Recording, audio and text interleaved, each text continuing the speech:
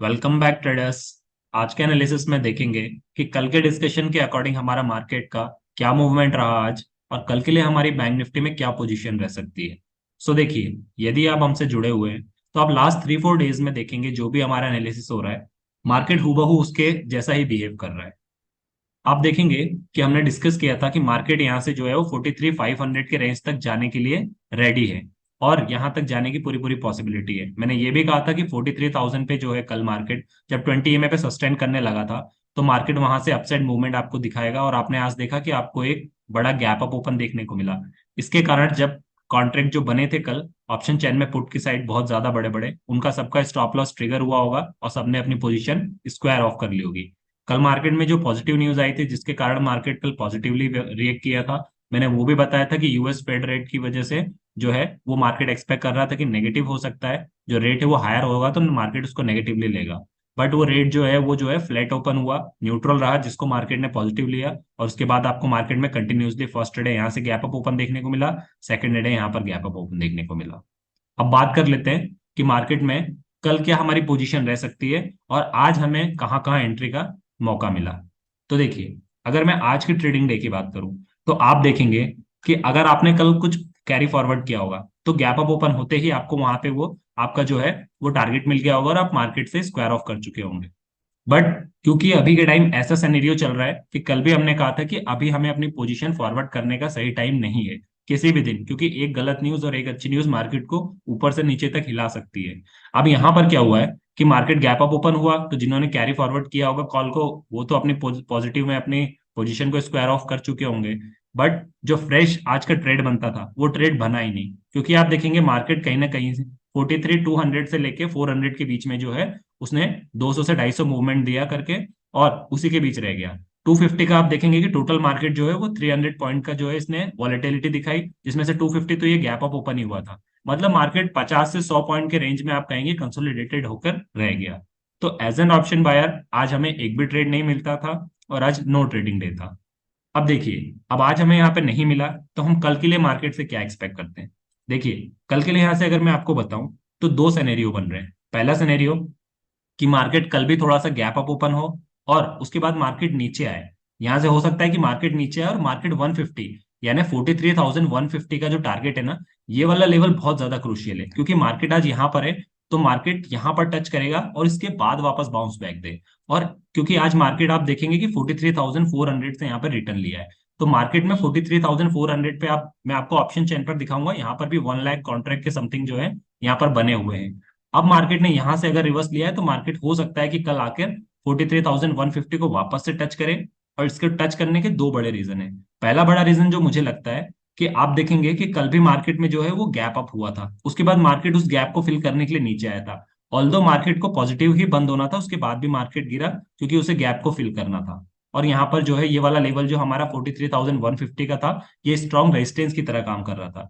But क्योंकि आज market में गैप अप ओपन हुआ और गैप अप ओपन होने के बाद आप देखेंगे मार्केट ने पूरे टाइम 43,150 के ऊपर ही सस्टेन यहाँ पर किया और पूरे टाइम मार्केट ऊपर ही रहा। और अच्छी चीज ये है कि मार्केट देखेंगे आप 20 EMA के ऊपर ही है और आप देखेंगे कि 20 और 50 EMA के बीच का डिस्टेंस भी बहुत है।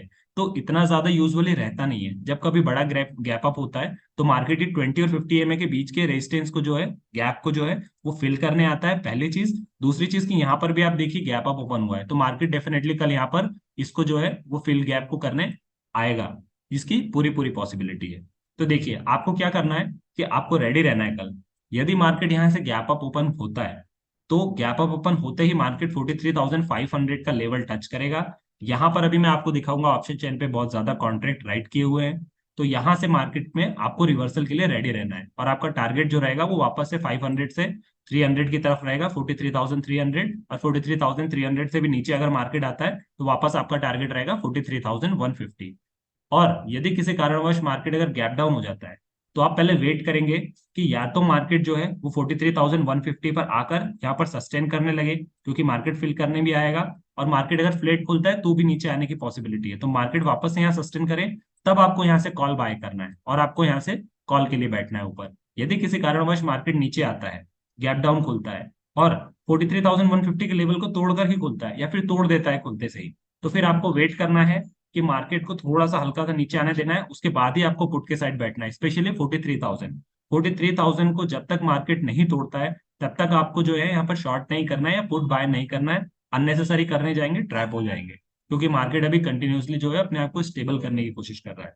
तो मार्केट को या तो आप 43,500 पे टच करने दीजिए, यहाँ से रिवर्सल प्ले करिए, या तो मार्केट को 43,000 के कोई लेवल को तोड़ने दीजिए। तो 43,000 का जो लेवल अगर टूटेगा तो यहाँ से आपकी एक शॉर्ट के लिए या पुट बाय करने के लिए फ्रेश पोजीशन बनती है।